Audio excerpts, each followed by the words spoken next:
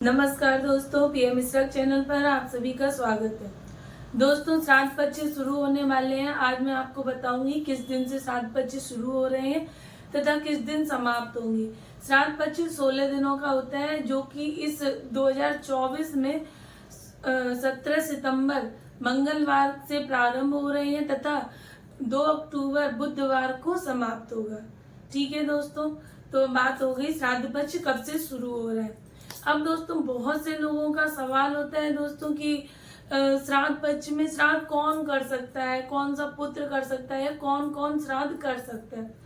तो दोस्तों, सबसे पहले तो आप लोगों को बता दें कि श्राद्ध हमेशा बड़ा पुत्र ही, ज्येष्ठ पुत्र ही कर सकता है। लेकिन दोस्तों, कभी ऐसा होता है जैसे बड़ा पुत्र नहीं है तो उससे छोटा पुत्र, मतलब जैसे 3 पुत्र हैं तो 3 पुत्र में वैसे तो सभी अगर एकत्रित मतलब एक साथ रहते हैं तो सबसे बड़े पुत्र का ही फर्ज बनता है श्राद्ध करने का। लेकिन अगर तीनों पुत्र अलग अलग रहते हैं तो तीनों को अलग अलग श्राद्ध करना चाहिए।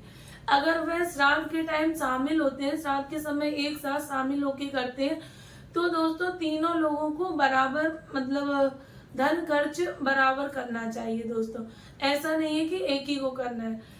यथासंभव मतलब सभी लोग धन खर्च अपना कुछ शामिल करें, जो आपसे हो सके वो शामिल करके वैसे बड़े पुत्र को ही करना चाहिए। लेकिन ऐसा नहीं है कि बड़ा ही पुत्र करे। अगर बड़ा पुत्र किसी भी तरीके से सक्षम नहीं है श्राद्ध करने में, तो उसके बाद में छोटे पुत्र का नंबर आता है। ठीक है दोस्तों, और जैसे कुछ लोगों के यहाँ मतलब जैसे पुत्र नहीं होते हैं तो उन लोगों को क्या करना चाहिए, उन बेटी का पुत्र अगर पिंडदान करता है तो वो बहुत ही शुभ माना जाता है। और बेटे का पुत्र पौत्र कोई भी बेटा या बेटी का करे तो वो शुभ ही माना जाता है दोस्तों। और तो दोस्तों, आप लोगों को बता दें कि श्राद्ध पक्ष में 2 ऐसे विशेष दिन होते हैं जिस दिन हम लोगों को दान पुण्य अवश्य करना चाहिए दोस्तों। और एक बात आप लोगों को बता दें, यह उन लोगों के लिए है जिसके माता पिता या सास ससुर नहीं है। अगर माता पिता सास ससुर है तो कोई उन लोगों को ये सब कार्य नहीं करना चाहिए दोस्तों। ठीक है, ये बात समझ में आ गई। तो जिसके माता पिता है वो लोग यह कार्य नहीं ना करें। तो दोस्तों, आप लोगों को 2 दिन ऐसे बता दें कि जो हम लोगों को जिस दिन दान जरूर करना चाहिए। जैसे सबसे पहला दिन होता है नवमी। नवमी को जैसे मातृ नवमी, जैसे माता के श्राद्ध होते हैं, माता की तिथि के हिसाब से श्राद्ध ना करके अगर हम लोग नवमी के श्राद्ध करते हैं तो हम लोगों को मातृ नवमी भी बोलते हैं। श्राद्ध पक्ष में जो नवमी आती है उस नवमी को माता के श्राद्ध किए जाते हैं। जो बूढ़े बुजुर्ग मतलब कई पुराने जो हमारे पूर्वज होते हैं उन सभी माताओं के श्राद्ध हम लोगों को नवमी की तिथि को करने चाहिए। ठीक है दोस्तों, अब दूसरा मुख्य दिन होता है अमावस्या।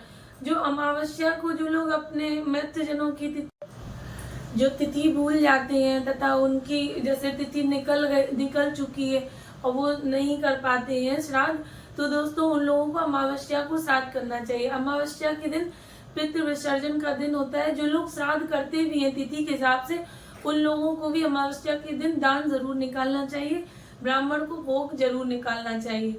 अब बात करते हैं दोस्तों, पितृपक्ष में दान पुण्य क्यों किया जाता है दोस्तों, और ये सब जो हम लोग करते हैं जो कार्य वो सब क्यों करने चाहिए दोस्तों। तो वो आज आप लोगों को बता दें। पितृपक्ष में ऐसा था कि भगवान विष्णु के पास सारे पितृ एकत्रित होके उनसे मतलब अनुरोध करते हैं, तो विष्णु भगवान उनको यही श्राद्ध पक्ष ये 15-16 दिन के जो होते हैं उन्हीं में इन लोगों को भेजा जाता है। तब हम लोगों को क्या करना है, अपने पूर्वजों को खुश करके ही भेजना चाहिए दोस्तों। हम लोगों को पितृ अगर हम लोग अपने पूर्वज हम लोगों से मिलने आते हैं, हम लोगों के दिया हुआ भोजन ग्रहण करने आते हैं दोस्तों, तो हमें उन लोगों को खुश करके ही भेजना चाहिए। अगर हम लोग ऐसा नहीं करते हैं तो दोस्तों वो लोग हमसे रुष्ट होके चले जाते हैं। वो लोग कितने मतलब अगर जैसे कुछ लोग हैं पितरों में श्राद्ध नहीं करते, मतलब कुछ भी नहीं करते, दान पुण्य भी नहीं, यथाशक्ति करना चाहिए। जो भी करते हैं यथाशक्ति करें। अगर वो ये सब नहीं करते हैं तो दोस्तों हमारे पूर्वज निराश होके जाते हैं, जिससे हमें वो आशीर्वाद देके नहीं जाते हैं दोस्तों। हमारे इसी को कहते हैं पितृदोष लग गया दोस्तों। तो पितृदोष हो जाता है तो उससे हम लोग फल फूल नहीं पाते हैं। तो धन के सारे रास्ते बंद होने लगते हैं दोस्तों। तो इस चीज का ध्यान रखें कि हमें अपने पितरों को खुश करके ही भेजना चाहिए तथा उनकी पसंदीदा वस्तुओं को दान करना चाहिए दोस्तों।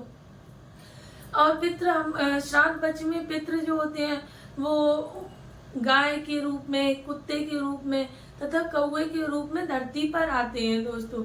तो हम लोग श्राद्ध पक्ष में क्या करें कि हम लोग प्रतिदिन जो खाना बनाते हैं तो खाना बना के हम लोग एक गाय की रोटी तो निकालते ही हैं। जो लोग नहीं निकालते हैं वो लोग पितृपक्ष में अवश्य निकालें, गाय की रोटी निकालें, एक कौवे का निकालें और एक कुत्ते के लिए रोटी जरूर निकालें दोस्तों।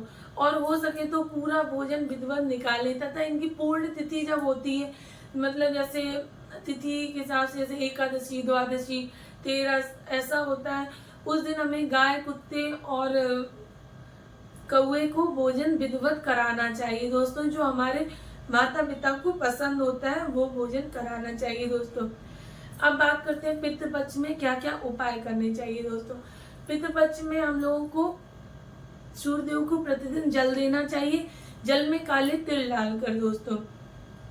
और आपको बताया कि पितृपक्ष में हम लोगों को रात के समय कभी भी रसोई घर खाली नहीं छोड़ना चाहिए।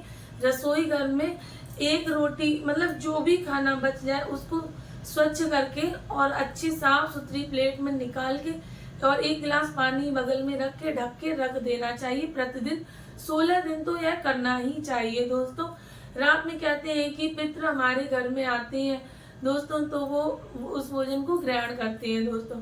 अब बताते हैं तीसरा उपाय यह है दोस्तों कि हम लोग जब मुख्य द्वार सुबह के समय जब मुख्य द्वार खोलते हैं तो हम लोगों को अपने किचन के अंदर, रसोई घर के अंदर जो पानी का कलसा भरा रखा रहता है उसी कलसे से जल लेकर बाहर छींटना चाहिए, जिससे हमारे पितरों को पानी मिलता है दोस्तों। यह कार्य अवश्य करें या बिना नहाए भी कर सकते हैं, सुबह उठ के ही करना चाहिए दोस्तों। ठीक है दोस्तों। अब तीसरी बात यह है दोस्तों कि हम लोग गाय, कुत्ते और कौवे को जो खाना देते हैं वो तो हमें देना ही है दोस्तों। तथा पीपल के वृक्ष के नीचे हम लोगों को भोजन की थाली रखनी चाहिए पितरों के लिए। ठीक है दोस्तों।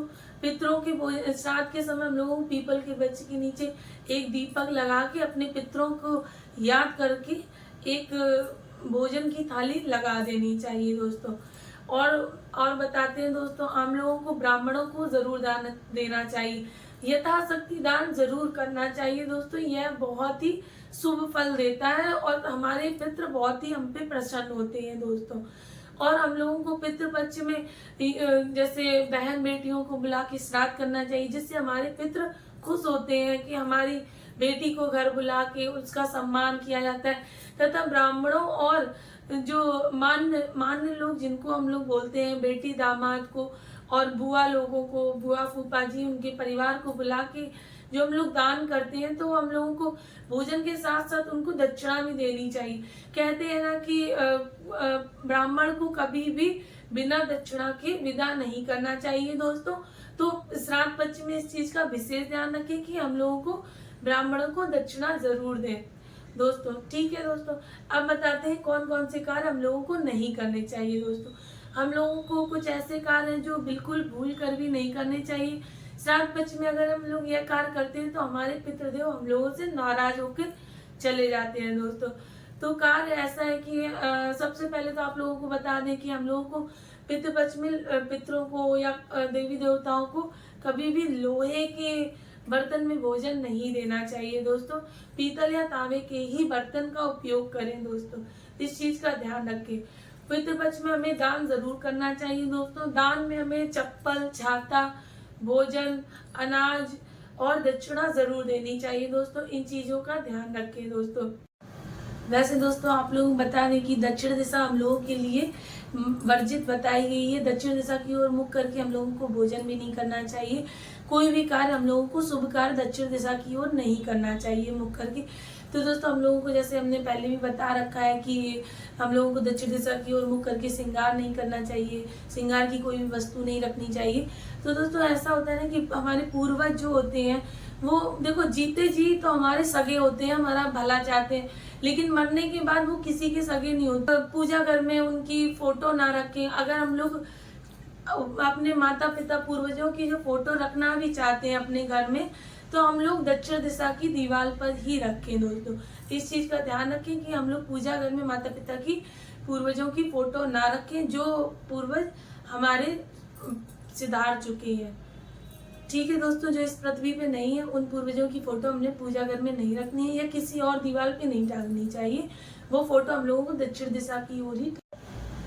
तो दोस्तों, पितृपक्ष में हम लोगों को चमड़े की वस्तुओं का उपयोग नहीं करना चाहिए, जैसे जूता है, बेल्ट है, पर्स वगैरह जो लोग यूज करते हैं, खास तौर पे जेंट्स लोग, मतलब आदमी लोग, तो ये सब उपयोग नहीं करना चाहिए दोस्तों। और आप लोग बता दें, पितृपक्ष में हो सके तो लहसुन प्याज का उपयोग ना करें, मांस मदिरा ना खाएं। बता दें, बड़ों का सम्मान करें और सोने चांदी की और नए आभूषण वगैरह और क्या कहते हैं बिंदी श्रृंगार का सामान, चूड़ी बिछिया वगैरह, ये सब नया ना खरीदें दोस्तों। तो हो सके तो आप लोग ये सब करें। तो दोस्तों, आशा करती हूँ आज की ये जानकारी आप लोगों को अच्छी लगी होगी। अगर आप लोगों को ये जानकारी अच्छी लगी है दोस्तों, तो मेरे चैनल को सब्सक्राइब कर दीजिएगा, बेल आइकन को क्लिक कर दीजिएगा, आने वाले वीडियो आप लोगों तक आसानी से पहुंच सके दोस्तों। तो अगला वीडियो मैं आप लोगों के लिए लाऊंगी कि महालक्ष्मी, जो कि श्राद्ध पक्ष में अष्टमी तिथि को पड़ती है, उसकी पूजा किस तरह करनी चाहिए, उस पूजा में क्या क्या करना चाहिए, क्या क्या नहीं करना चाहिए, सारी जानकारी आपको अगली वीडियो में मिलेगी दोस्तों। तो देखते रहिएगा, मेरे चैनल पे बने रहिएगा दोस्तों। धन्यवाद दोस्तों।